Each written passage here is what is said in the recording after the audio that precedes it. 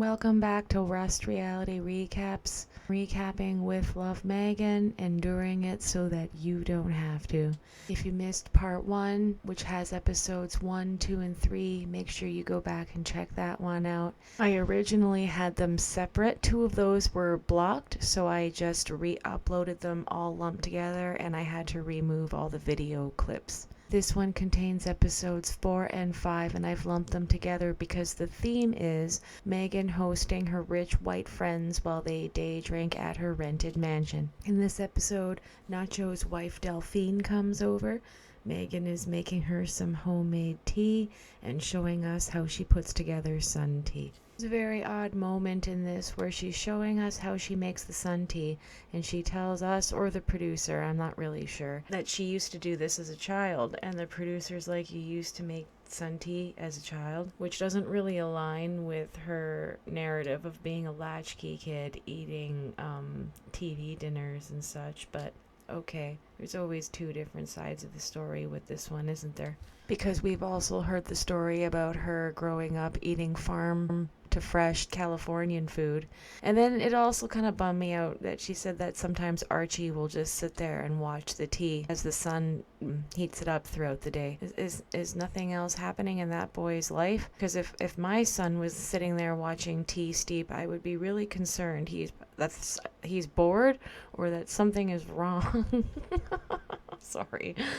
I just got this mental image of both Harry and Archie sitting there traumatized and despondent, staring into a jar of sun tea.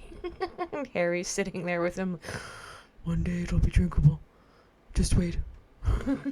So, speaking of Harry, blink and you miss it, and he's in this episode filming them on a little hike, but once again it's always centered all around Megan. If she's here, she's always wanted to learn how to make focaccia bread. I only learned recently, so I'm going to teach her how to do that. She's always wanted to learn how to make focaccia bread.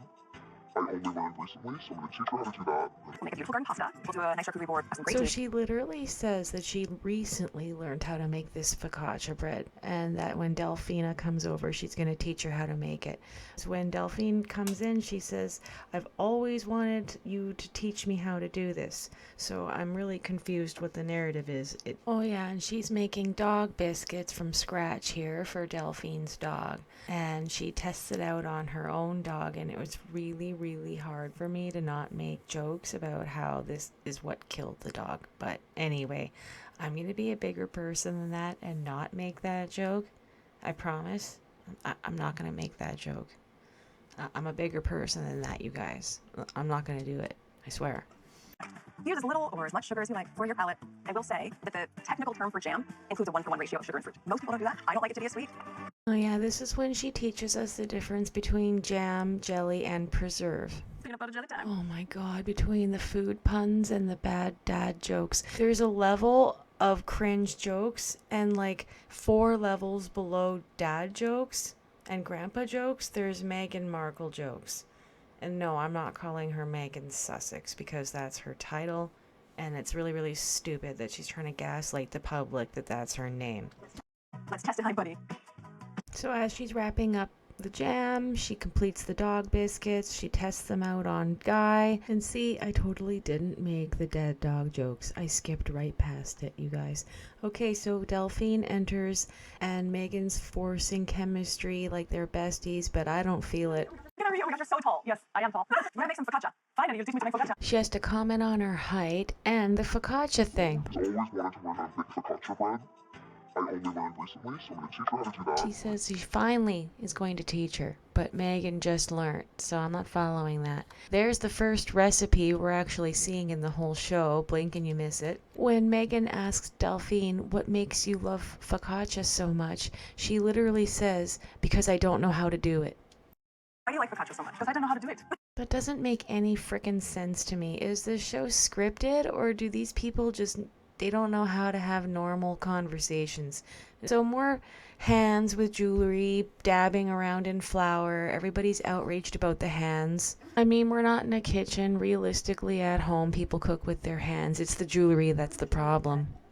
I was just interested in making bread. For whatever reason, it scares me. Like, I used to be very scared of roasting a chicken. I thought for sure there's no way I could There get it she right. goes, talking about roast chicken again, which we all know was Corey's thing. She's taking it on for her own thing. So these two now, they go off on a hike while they're waiting for their bread to proof or whatever. And it's on this hike that you realize also that they don't have a lot of chemistry, that Megan's kind of forcing this closeness and this intimacy that seems pretty superficial and not deeply or genuinely earned. It's at this part of the episode where I really need to start skipping through. She teaches us how to make lavender towels. I think that's pretty self-explanatory, and if you're curious, you can look that up yourself. And she's making another pasta dish for dinner. She's using a different kind of pasta for this dish, but it's not my favorite kind of pasta, to be honest with you. And she keeps calling it noodles. When you say noodles, I think ramen. I don't think of pasta. Sorry. That's so good already. Everything. Let's do lemon zest. Lemon zest. Oh yeah, and lemon zest is like her secret ingredient in everything. Noodles? See? Noodles? Noodles, Megan? Noodles? Do you want to put some olive oil on that to break them up a little bit? If it feels like it needs a little bit of moisture, I kept some of the pasta water just to tell you. So clever. So just like Mindy and the crying makeup artist, David, Delphine understands the assignment. She compliments and praises everything Megan does on camera.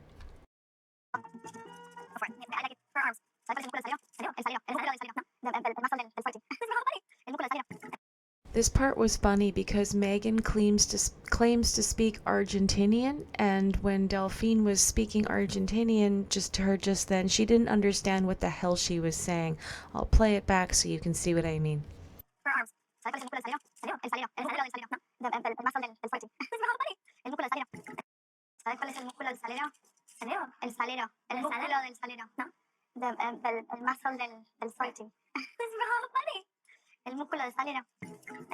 See, Megan claims to be fluent in multiple languages, and she doesn't like to be confused or made to look like she doesn't know something or is inept.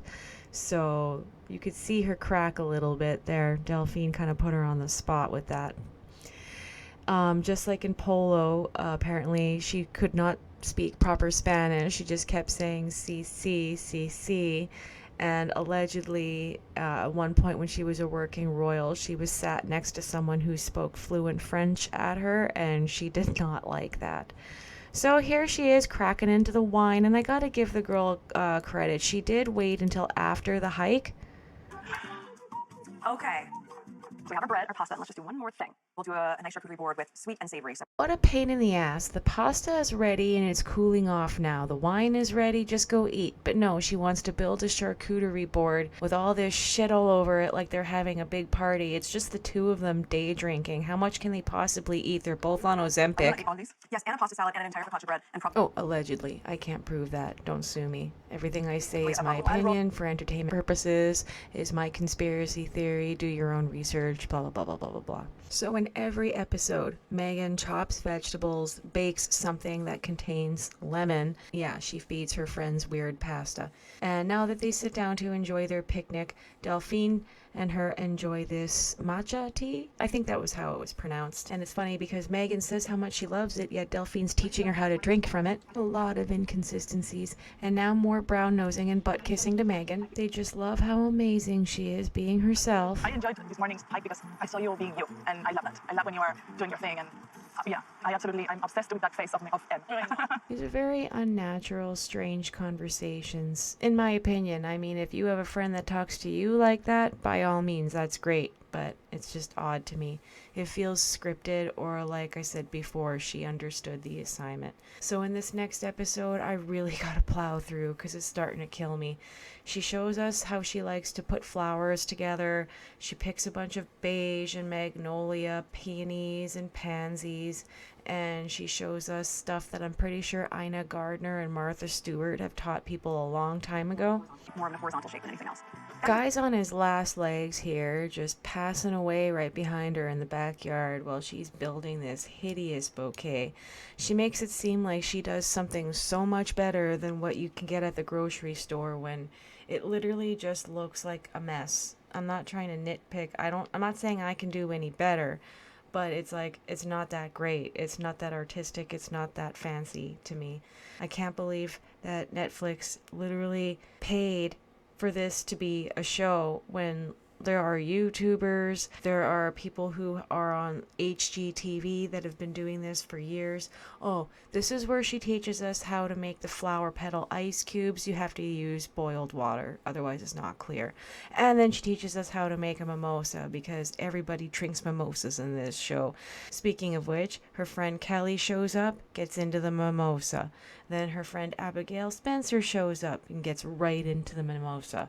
Probably some other things too, if you catch my drift, because she is way too into it, if you know what I mean. These girls are plowing down the mimosa like it's going out of fashion, and that's the only time that there seems to be any chemistry. Otherwise, look at that. It's just awkward. These are supposed to be besties, and I'm not feeling the chemistry. It feels like colleagues who get together on like a team building activity luncheon, and you just like have to play nice. So once again, Meghan shows us how to put together a crudité board, and her chopping is fucking embarrassing for someone who apparently builds a crudité board for her family every day. You think that she would be using proper knives, you think her chopping skills would be a little more proficient, but no. So once again, we get the rich white women day drinking in the yard, having a nice little sunny picnic. Afterwards, Meghan brings them in for dessert with her homemade preserve, and the girls praise and admire everything she does as if she's invented it for the very first time. It's like these people have just never left their house, and Meghan is showing them how the world works for the very first time, but on camera.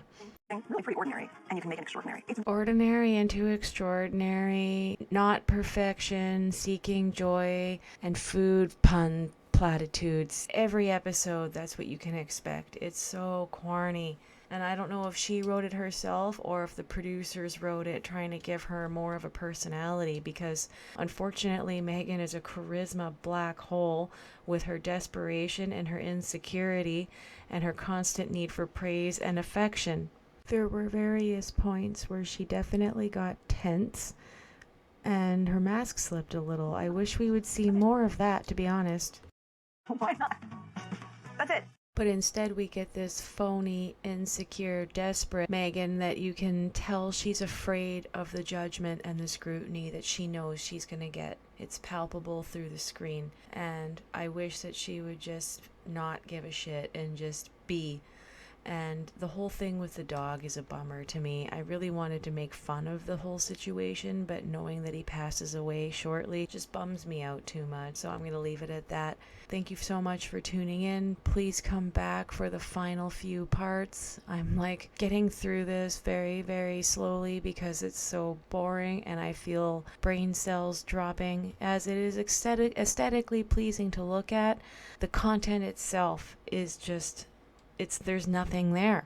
I get more out of watching YouTube videos. So that's how it is. Thank you so much. Take care.